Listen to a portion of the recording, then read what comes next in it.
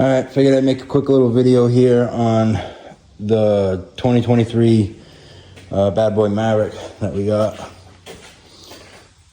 Just made a video on this mower right here that's replacing this one.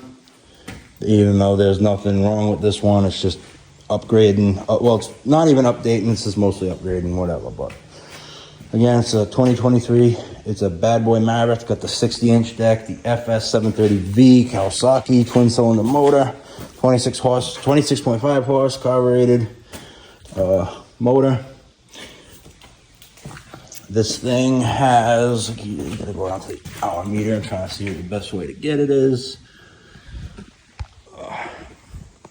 It's only got 26.7 hours. And yes, you read that right. And yes, I didn't stutter. It's 26.7 hours on the dot. Selling this machine. It's already up for sale. Whatever. Do a quick little walk around on it. Tell you the things I liked about the mower, things I don't like. Just kind of go over it, whatever. You know, obviously the basics. You got a 6.5 gallon gas tank. Get your fuel gauge right there. You got your parking brake that's on, off, and you choke right there. Your throttle, ignition, PTO switch, the deck dial for your deck, battery, starter solenoid, all your little fuses, whatever, your dipstick for your engine right there, all the linkages and whatnot for your steering.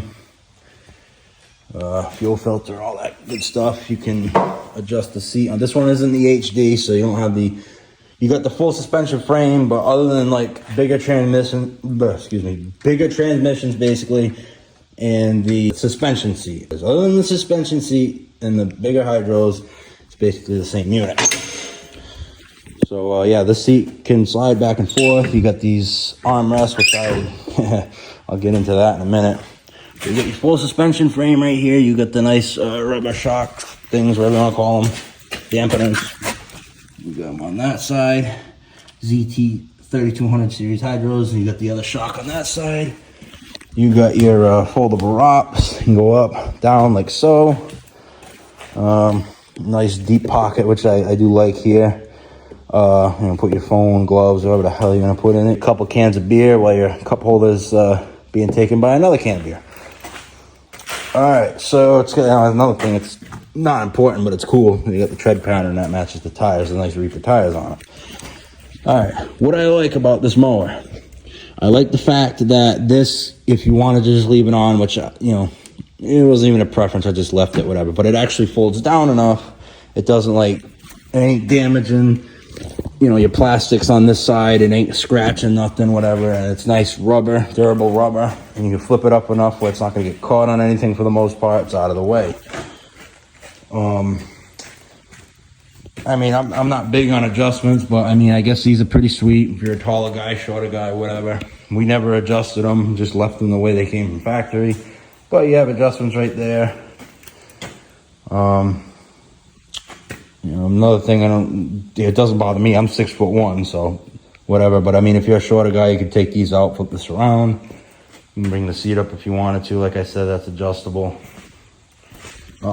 Access, like on the bad boy mowers anyway, it's actually pretty freaking sweet. You got your belt tensioner right there. And obviously you got your stupid little belt covers, whatever. At least they're wide enough now where you get some nice airflow and you don't have stuff building up ready to shred your belt, so you can actually leave those on. You got your air filter, which is under here, obviously. You got another cubby pocket, which I also kind of like. Can be handy at times. You got that on the right side as well. All right, so armrests, absolutely fucking despise them. Unlike the Kubotas, at least that's the only one I know of that, or maybe Xmark does too, I don't know. But I know Kubota, these are stiff enough. They're also built better, obviously. You get what you pay for. They don't keep coming down whether you go over a bump, and they just come down so easy, and then you have to fling them back up.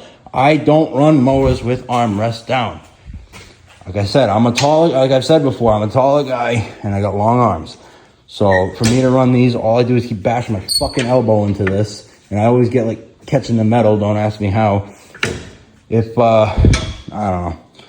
Usually I put like a freaking bungee cord around these things, but that's a pet peeve of mine. The fact that they can't even hold their own fucking bullshit is bullshit. It's gay, it's stupid, whatever, but I don't like that, as you can already tell. I like the suspension. It's pretty comfortable in this thing.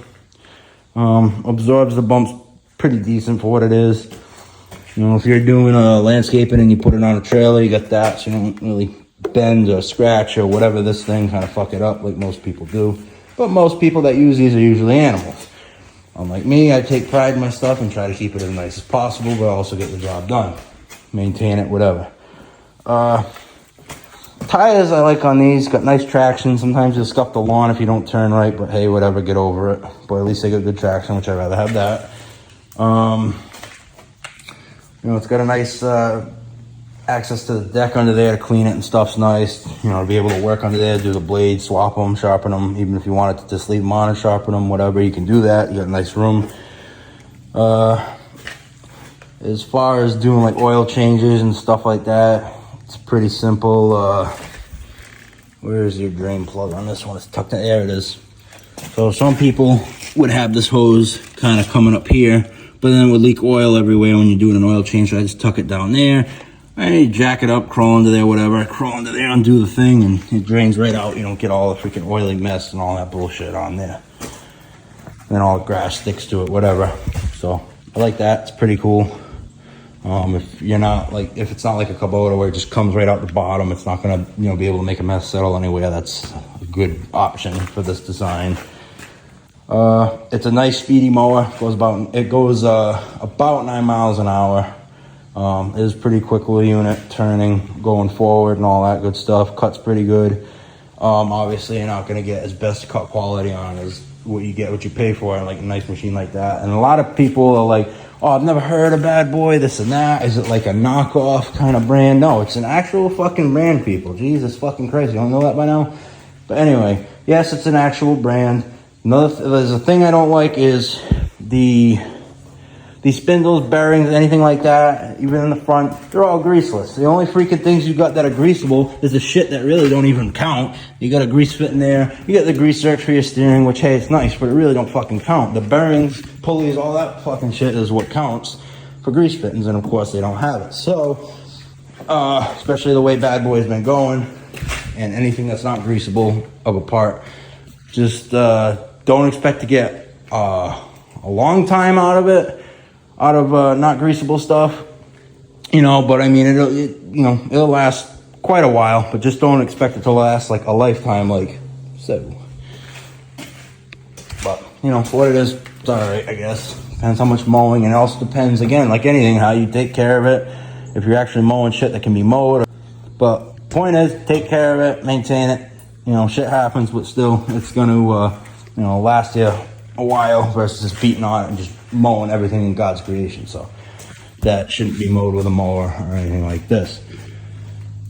But like I said, that's about it. I already went over kind of quick little basic specs on it. This is a basically entry level, but it is commercial mower, so pretty rugged, good size, definitely nice for doing commercial mowing, as you would hope for a commercial mower, whether it be entry level or whatever they consider it.